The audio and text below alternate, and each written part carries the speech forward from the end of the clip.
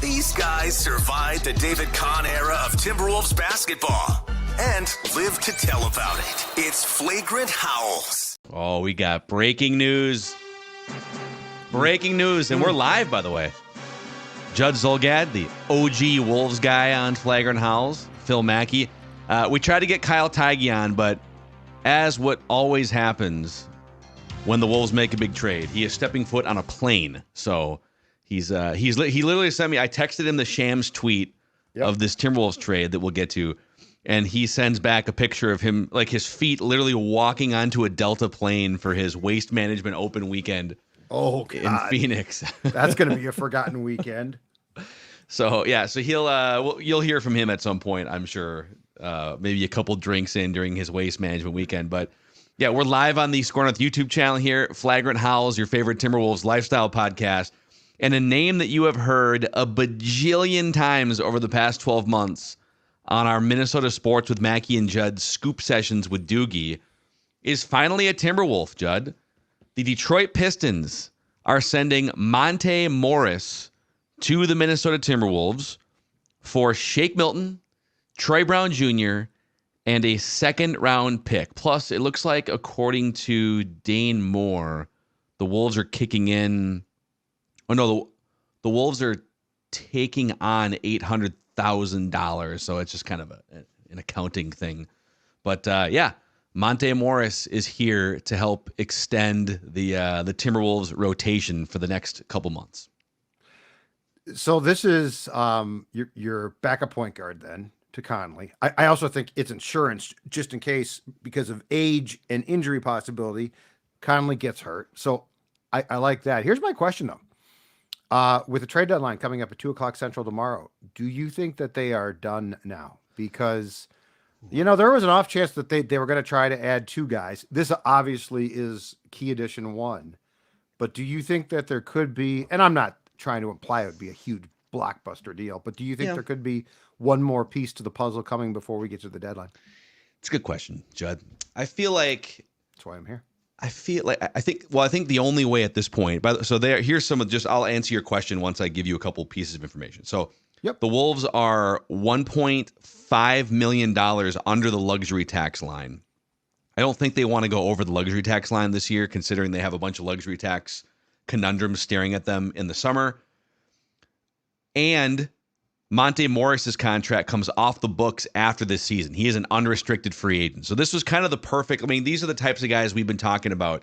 Hell, on Flagrant Howls yesterday, we threw out like 8 names of guys that are one and done. They'd be rent-a-players. They kind of fit into that $8 or $9 million salary range where you could match with the spare parts that you aren't using in your rotation. So it would have to be a very specific type of contract, I think.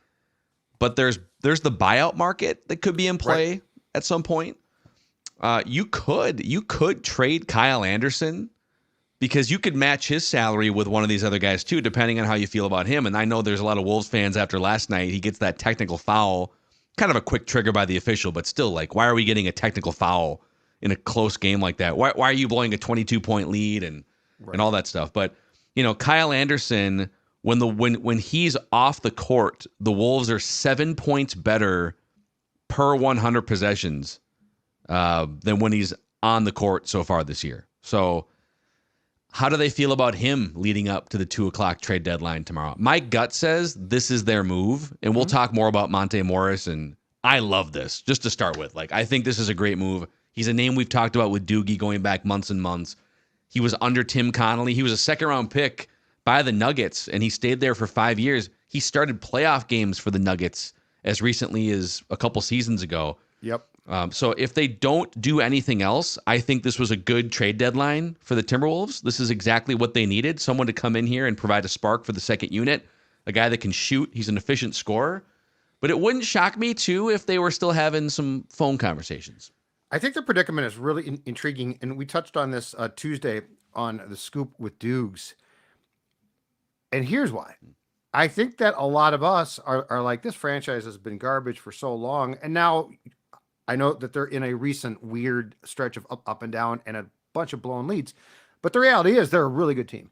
And I think here it's like, okay, can they win a playoff series? Like if and you know, in some folks' mind, it's going to be an accomplishment.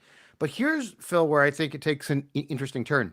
If you're Tim Connelly, this is really a season to pounce, because I don't think Tim Connelly says, well, you know, long before I got here, this franchise was garbage.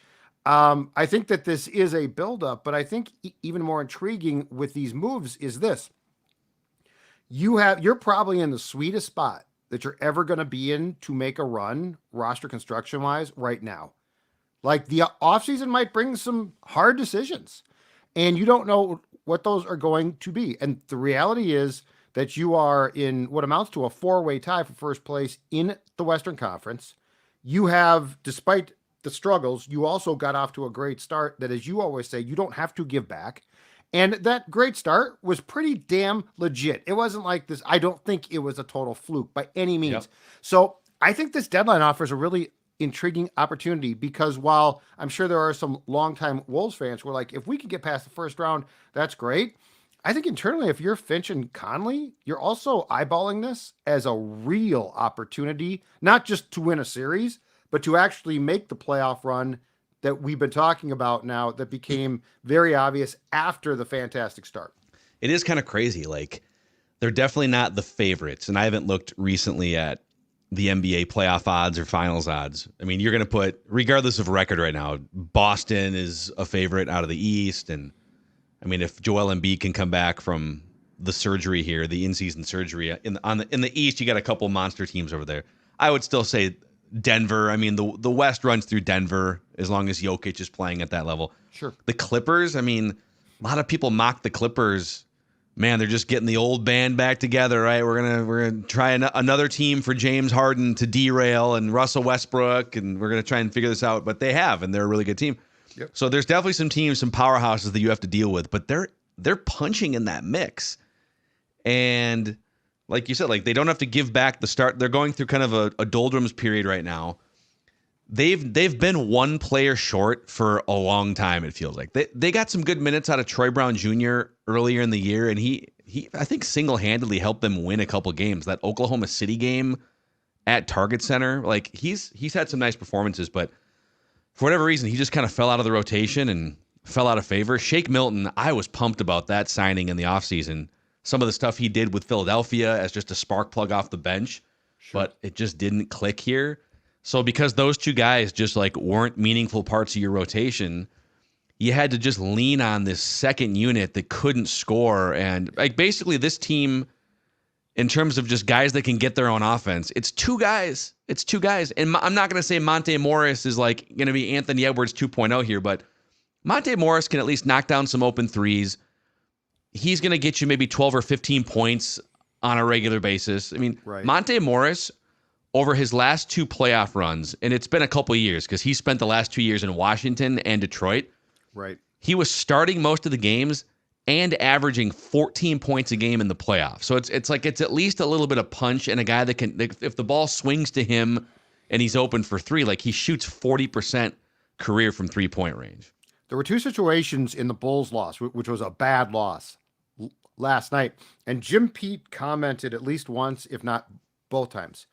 Ant drove to the rim, and there were 3 Bulls jerseys around him, and he insisted on trying to score. And the first thought that occurred to me was exactly what you just said, which is, okay, ideally he kicks the ball out because, as Jim Pete said, there are guys open. But the question becomes, in that particular game, dependent on who's on the floor at the time, who do you kick the ball out to? Yeah. Like, do you trust them? It's all about trust. So if Morris is a guy that you can trust, then I think it becomes a much simpler decision to have the play decided of he's going to get the ball, right? So, and that's the problem too, is there was a point, I think it might have been at the end of the fourth quarter against the Bulls where Kyle Anderson came on the floor for defensive purposes in place of Cat. Okay, if Kyle could score now, that would be, it's not ideal, but it's absolutely fine, right? Mm-hmm. But you ain't going to trust him right now. I don't care how much Ant likes him personally. So, like, these are the things that I wonder if a move like this can put you in a position to win a playoff game late, which ultimately, when I watch these defeats, what occurs to me is, how does this translate to a playoff game? Yeah, and this is a guy that, I mean, at his best, before he got stuck with this right quad injury and this Detroit team that's historically bad, and then the pit stop in Washington last year, at his best, he's a guy that you're running out there 25 to 30 minutes. When you look at his shot chart for his career, like let's just take his last 3 years in the NBA. His shot chart is pretty incredible. So his shots are he's very much a multi-level scorer. About 40% of his shots are coming from three, but then everything else, like he's a mid-range scorer. He can get to the rim, and he's like 6'2", 180 pounds. He's not, a freight train. Mm-hmm. But he shoots the last few years 74% inside the restricted area. He shoots 50% between 3 feet and 10 feet, 49% from the mid-range 10 to 16 feet, 46% from long two range, 16 feet to the three-point line, and he shoots 38% from downtown. So, the Wolves just have, like, they have, rightfully so, they have focused so much on defense, because when you have Rudy Gobert and he's your supermax player, like, you should do what you can to put good defensive players out there. Right. But at times the last few weeks, you're looking at some of these lineups and it's like, who's knocking down open shots, who's creating offense, who's preventing the other team from just sort of sagging down. And that's the best part. If he can create some more spacing, Monte Morris, it'll help Karl Anthony Towns have open driving lanes, and it'll help Anthony Edwards. So just somebody that can make the defense have to account for a scorer. And that's what he is. Yeah. That's why I love this. And spacing has become, I think, far too often now a talking point. Like the spacing last night in the second half, and this has been a continuing theme, especially in the games that they lost, to Charlotte and San Antonio. Yeah. The Magic last Friday. This has become a problem. So, yeah, I think that this is, again, I think it's interesting that my guess is Conley and Finch aren't like, oh boy, we're going to make the playoffs, right? I think that they're like, hell no. We're going to make the playoffs, but we have enough to make a run of some sort. And so I love this, because this is the type of trade a contender makes. Yep. Dude, here's the other thing, all right? The Timberwolves' biggest issue has been turnovers, right? I think that's fair to say. They don't have a lot of guys that are trustworthy handling the basketball. Anthony Edwards could tighten up his hand a little bit too. It's like if Mike Conley's not handling the ball, or Jordan McLaughlin, you're kind of like, God, whose leg is this basketball going to bounce off of tonight? Well, Monte Morris, one of his listed nicknames on Basketball Reference is the count of Monte assist to turnover ratio. Oh, I like it. He, in his career, averages 0.8 turnovers per game. 0.8 turnovers per game. And he's handling the ball. Like, when he's out there, he's a higher usage player than, some of the other guys that we're talking about on the Wolves. So they're getting a guy that has one of the best assist to turnover ratios in the entire league, and I'm sure that factored in there. Like, they were looking at their checklist of what are the things that we're not that great at. Okay, spacing, turnovers. Mm-hmm. Jordan McLaughlin showed some flashes, but it'd be great if he wasn't the primary backup point guard. If he was just like maybe the third guy in line, and there's some nights we don't need him. Yes, and we're also, from a cap standpoint, really up against it with contracts this summer. So ideally, we'd like to fix those things without adding anything to our books beyond this season. And he's an expiring contract. So he checks a lot of boxes for this team. This team also can get foul happy sometimes. And in his career, he averages 1.1 personal fouls per game. So yeah, there you go. Well, and he's 28, turns 29 in June. The thing too is any maturity this team can get is appreciated. Yep. Like, Conley's great. He is mature. Yep. He is an adult on the floor. But I mean, one of the things that concerns me the most, and I think that Monte Morris will help to stabilize this, is when you watch this team, Phil, when things start to go wrong, there's too many guys who lose their bleep. Like right now. Yeah. And again, come springtime, that only picks up. Like when things start to go wrong in a playoff game, you better stay calm because you'll lose games.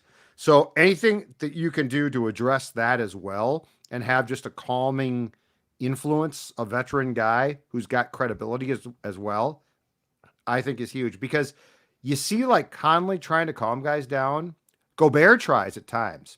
And it's just like they have too many guys who are really good players who just start to melt down. So the more that you can surround that cast with veteran players who are savvy and smart enough to calm guys down, I think becomes incredibly important. Well, he's played in 48 career playoff games. So yeah, it's a lot. It's a lot of experience. And Connelly knows, to your point, Tim Connelly knows exactly what he is getting here as well, which helps. That's not going to be a surprise to him at all. Dude, and I think I'm at the point, I don't know where you're at. You tell me if you disagree on this, but it felt like for the first 10 to 12 months, okay, Tim Connelly arrives, he makes the Gobert trade, and then the Wolves were kind of a disaster for the first part of the season.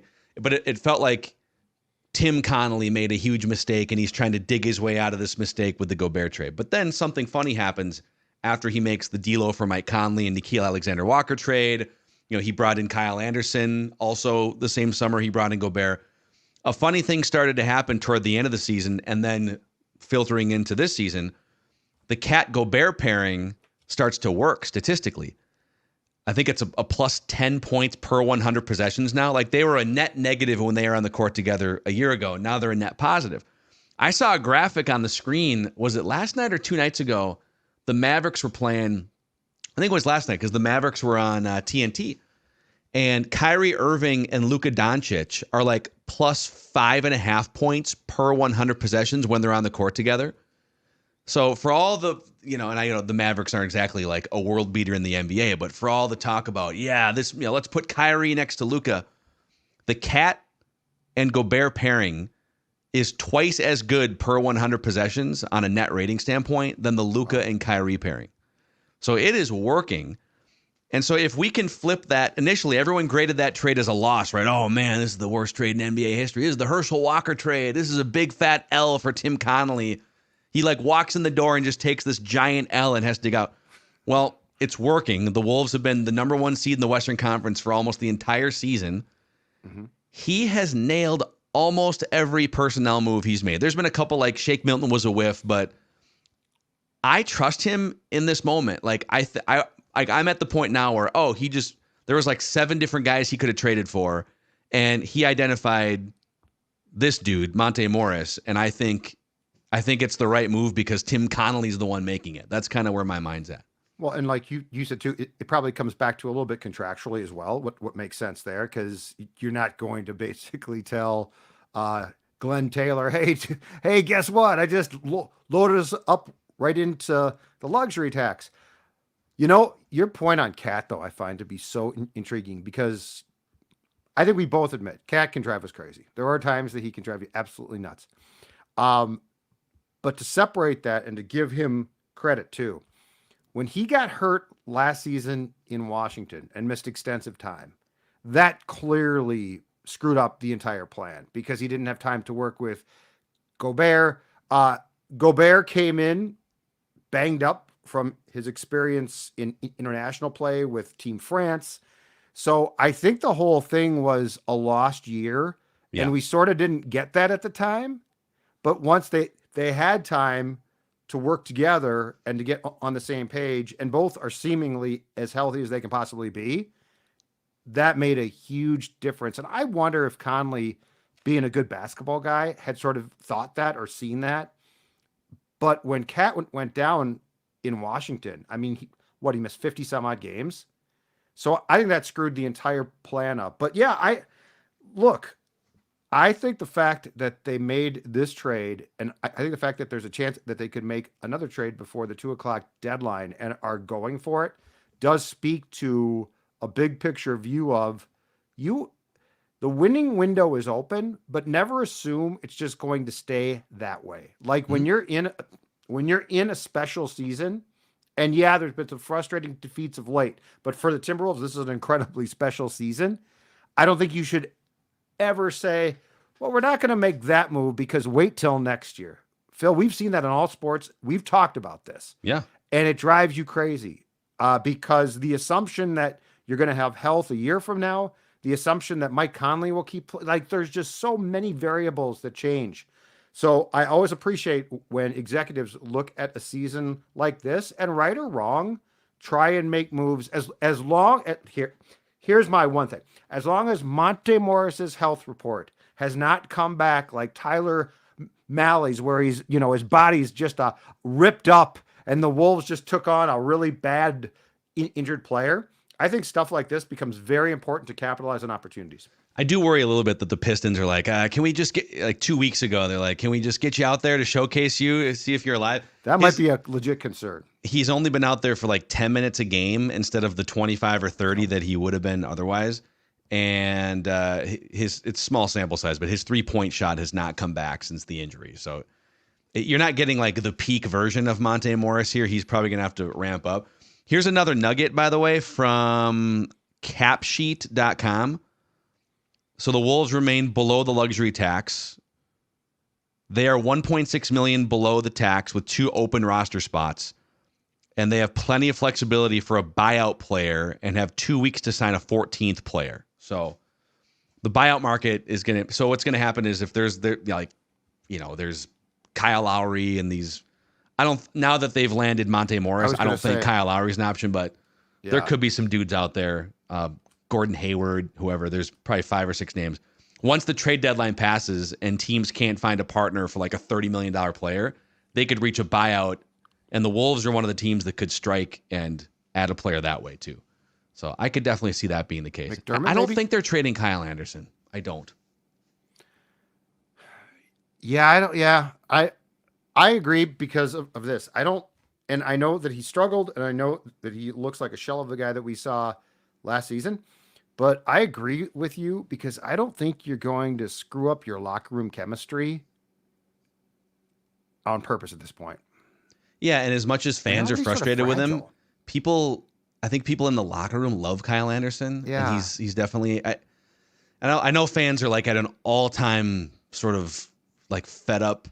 They're fed up with him right now because he's not contributing offensively. He's been kind of a turnover machine. But I also wonder, dude, like that second unit has just not had the right fit and chemistry on the court. Does Monte Morris help things slide into place a little bit easier? And now all of a sudden other guys start playing better because there's just a better puzzle piece on the court. I just think on slow-mo, if you didn't have to factor in personalities and allegiances, he's probably gone, right? But this Timberwolves team is already sort of fragile. At least it's got players that are fragile. So are you really going to subtract a key locker room piece? To me, that seems dangerous because if that goes sideways, it could cause problems. Yep. It'll be a really, we can probably wrap this because we'll have plenty more tomorrow. We'll get Doogie in for a scoop session. But I think this is probably the last move until the buyout deadline, but we'll see. Perfect world. Who gets bought out in your mind, and who do the Wolves pursue? Oh boy, Dougie Buckets. Doug McDermott would be a blast. Can shoot. He's not going to. He can shoot. Yeah, he's not going to be playing a whole lot of defense. Probably Dougie McBuckets. Knock down some shots for you. I love those guys. Just like 15 minutes a Sharp night, shooters. just 6 3-pointers made. Like Total he's the type role of player. dude that could just win a playoff game for you, you know? Yep. DH, right? Like he's basically won't play defense, but to your point, he's going to come in for 15 and he's just going to jack up threes and most of them go in. Yep. I love those guys. Yeah, I think you're probably right. Doug McDermott, Chris Paul was interesting for a while for me, but again, he's a point guard and the Warriors are going to probably try and keep pushing forward, but Dougie McBuckets on the buyout market. We'll go with that one. By the way, could you shout out for us if the audience is looking to get in basketball shape and maybe lose some weight, all right, get back to their old playing weight back in college, who should they turn to, Judd? Well, there's only one place to turn if that is what you're trying to do, and that's our friends at Livia Weight Control Centers, who helped me drop 40 pounds a couple of years ago. And here's the best part. They're not only going to help you drop the weight, they're going to help you keep the weight off. And if you join now, you are going to get, you talk about a deal, you're going to get the first 3 months for free. That's right, 3 months for free. So you're going to start the program, drop weight, be looking great, be feeling great, clothes are fitting, and it's for free. And you're only getting started on a weight loss program that I can tell you right now from firsthand experience works. 855-GO-LIVEA, Livea.com, Livea.com. If you're looking to get in shape, to feel good, Livea is your ticket. Also, our friends at First Equity are helping to power Flagrant Howls this season. And a few years ago, I had an amazing experience refinancing my home at the time with David over at First Equity. So David is a longtime 20-year season ticket holder for Timberwolves and Lynx games. So you probably see him roaming around. He's got some nice seats, all right? He's got some nice seats. I've seen David's seats. Courtside? I don't think he's like feet on the floor, but like maybe pretty program close. Guy back in the day? Bill Blaze? Lawyer Bill. Yeah. No, I don't know if he's like crouching on the court with a program, but he's Coach guy? Pretty good seats. Nice. So First Equity is Minnesota-based, 24 years in the market. They pride themselves on treating every customer as a friend and neighbor, supporting the community. They work fast. They have a great reputation, and you can get the same experience that I got a few years ago. You know you're getting a great experience with First Equity Mortgage. FEMort.com is the website, FEMort.com, or scorenorth.com, keyword David. Just trying to find some other little nuggets here before we wrap here. But there are some plugged in people speculating that they might still be sniffing around with a secondary move of some kind. Like a shooter, potentially. Yeah, I mean, you're right about Doug McDermott. That would be a fun. I just love those 15 guys. minutes a night to inject in. I there, love those guys because you know what you're going to get. And there's going to be games, if you can make that happen through the buyout market, you could keep Kyle Anderson. And maybe part of this exercise is just limiting how much you need to play Kyle Anderson. Like there might be nights where, you know what, it's just not working out for Kyle tonight, or the matchup is not right. And so tonight's a Dougie McBuckets night instead. Or, tonight's a 7 minutes of Kyle Anderson night instead of a 22 minutes or a 25 minutes. I would love to see Ant at times late in games on the floor with a guy that's not Towns, like Dougie Buckets, who he can kick the ball out to, and he's going to shoot, and you're pretty damn sure he's going to make it. Mm-hmm. Yep, somebody that would be... Talk about spacing there. That would help with spacing a lot. Yep, somebody who's a little more trustworthy there. Can't collapse on Ant as much, if that's the case either, can you? No. Opening things up for both Ant and Cat to get to the rim more often. Oh, a couple of great basketball coaches right here. Inject it. So, yeah, we'll keep you guys abreast. We'll get Doogie on for a scoop session tomorrow, and we'll see if Kyle has any thoughts once he lands in Phoenix for the Waste Management Open. He sends his regards. His thought will be, get me another beer. I'm on the ground now. I just drank 4 in the air. If you guys could, hey, thanks for hanging out with us here live on the Score North YouTube channel. Click the like button and the subscribe button on the Score North YouTube channel. And on the audio side, give us a 5-star rating and a positive review on Apple Podcasts and Spotify so we can keep spreading the word about everyone's favorite Timberwolves lifestyle podcast, Flagrant Howls.